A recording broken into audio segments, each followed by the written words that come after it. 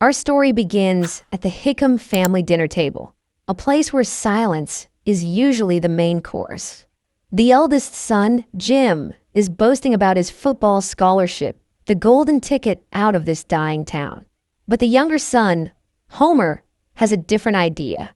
With his head down, smiling at a secret thought, he mumbles, "I'm gonna build a rocket." The spoon freezes in his father's hand. His brother looks at him like he's grown a second head. His mother thinks she misheard. So Homer says it again, clear as day. Build a rocket. His father, John Hickam, the tough, no-nonsense superintendent of mine, just stares. The family laughs it off. His mother, Elsie, offers a warning that sounds like a joke, but isn't. Well, just don't blow yourself up. Little do they know, he was about to do exactly that. To understand Homer, you have to understand the world he lives in. It's October 1957. The Soviet Union has just launched Sputnik, the first artificial satellite. America is in a panic. They're terrified of what the Russians can do. But when the people of Coalwood step out into the freezing night to watch that tiny star streak across the sky, Homer doesn't feel fear. He feels called. While his neighbors see a threat, Homer sees the future. He stands there long after the crowd disperses, staring into the abyss, his heart pounding with a dream that is way too big for a coal miner's son. But dreams don't survive easily in Coalwood. When he tells his friends, they laugh. When he tells his dad, it's a flat rejection. John Hickam is a man of the earth. He digs for a living. The sky is for dreamers, and dreamers don't put food on the table. Homer isn't deterred. He grabs his friends, Roy, Lee, and Odell, and they decide to build a rocket. They have zero experience, zero math skills, and a lot of gunpowder for fireworks. You ready? Homer asks. Yeah, 10, 9, 8. Bam! The explosion rips through the silence. They didn't build a rocket, they built a bomb. The blast completely destroys his mother's white picket fence. The fence is gone, but the dream? The dream is just getting started. Homer realizes enthusiasm isn't enough. He needs brains. He sets his sights on Quentin, the school outcast, the class genius who eats lunch alone. His friends warn him, social suicide, Homer. You talk to him, and you're a pariah. Homer doesn't care. He walks right up to Quentin and asks the million-dollar question. Do you know anything about rockets? Quentin pushes up his glasses. Of course I do.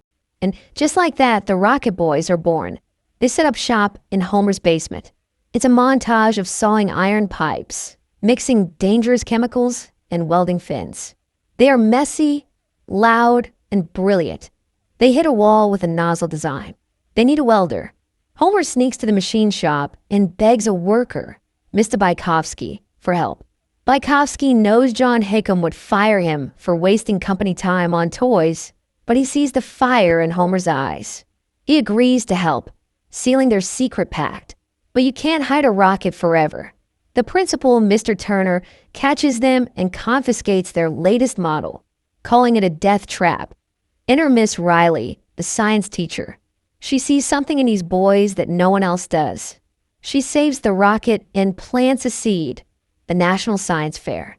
If you win, she tells them, you get scholarships. You get out. She looks at Homer, who doubts himself because his math is weak. She leans in, stern but kind. Homer, you've got a great mind. You can't just dream your way out of Coalwood.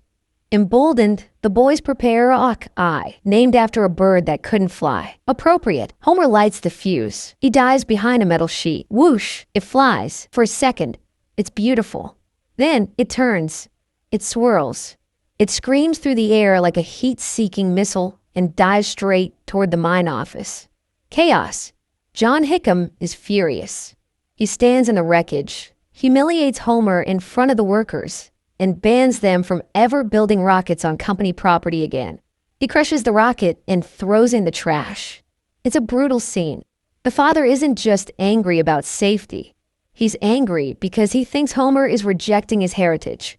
Later that night, the tension explodes at home. Homer yells that his dad would be proud if his football star brother blew up a building. But because it's science, it's trash.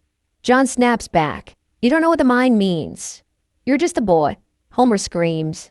I will never go down into that mine. Homer storms out into the rain. He finds his rocket equipment thrown into the dirt outside. He gathers his broken tools, soaked to the bone, looking like a captain whose ship has sunk. Things are looking pretty hopeless for the Rocket Boys right now. Homer refuses to quit. If they can't launch in town, they'll launch 8 miles away.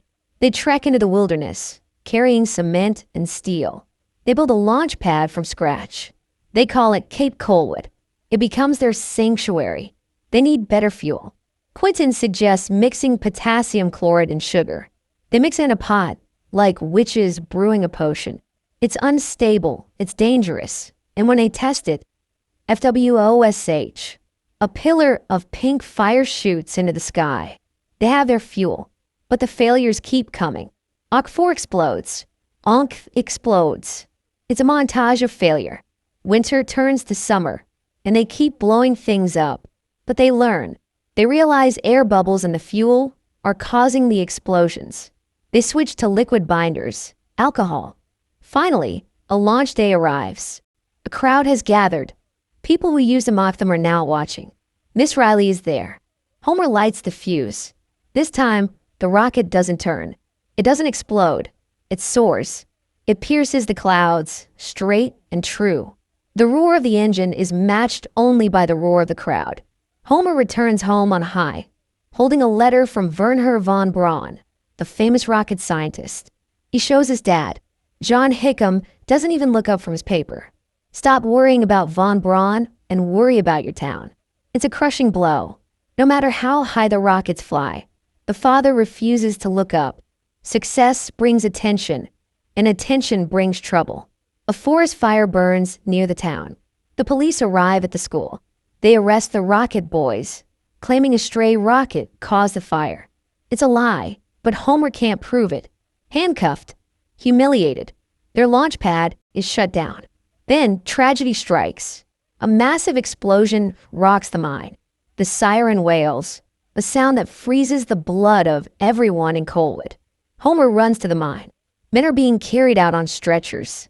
He sees Mr. Bykowski, his friend who helped with the welding. He didn't make it. Then they bring out John.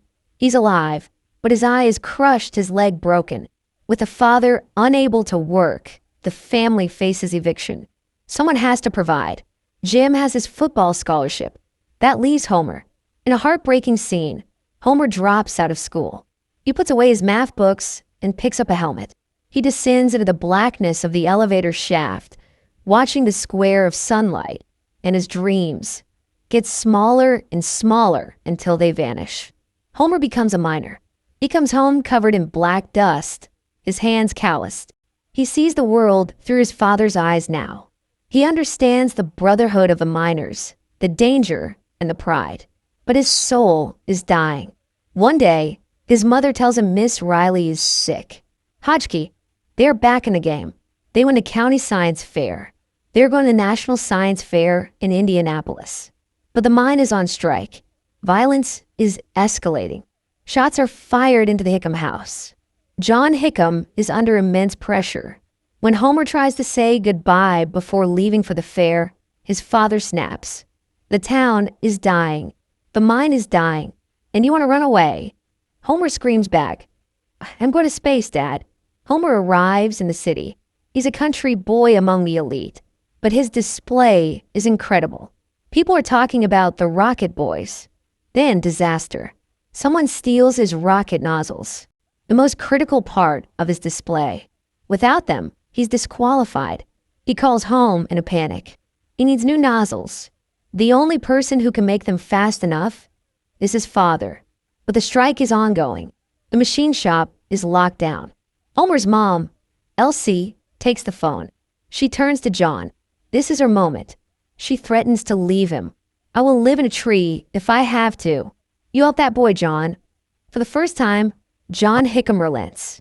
He crosses the picket line, fires up the lathe, and builds the nozzle. He saves his son's dream. Homer gets the parts. He wins the gold medal, the highest honor. He returns to Coalwood a hero. The whole town turns out. But Homer looks for one face in the crowd. His dad. He's not there. Homer goes to the hospital to see Miss Riley. She is dying, but when he shows her the gold medal, she weeps. It wasn't just a science project. It was her life's work validated. The boys prepare for the final launch of the Miss Riley, their biggest rocket yet. Homer stands at the launch pad. He turns to the crowd. He thanks his friends, his teachers, the town. And then a car pulls up. John Hickam steps out. The crowd parts. The father walks up to the son. He looks at the rocket, then at Homer. He puts his hand on Homer's shoulder. It's awkward, stiff, but it speaks volumes. Homer asks, "Do you want to push the button, Dad?" John nods. 5, 4, 3, 2, 1. Boom! The rocket screams into the atmosphere, higher than ever before. It pierces the clouds. John Hickam looks up. For the first time in his life, he isn't looking at the ground. He's watching his son fly. He smiles, and in that smile, years of conflict melt away. Thanks for watching this recap on movies. If this story inspired you, smash that subscribe button and ring the bell so you never miss a story.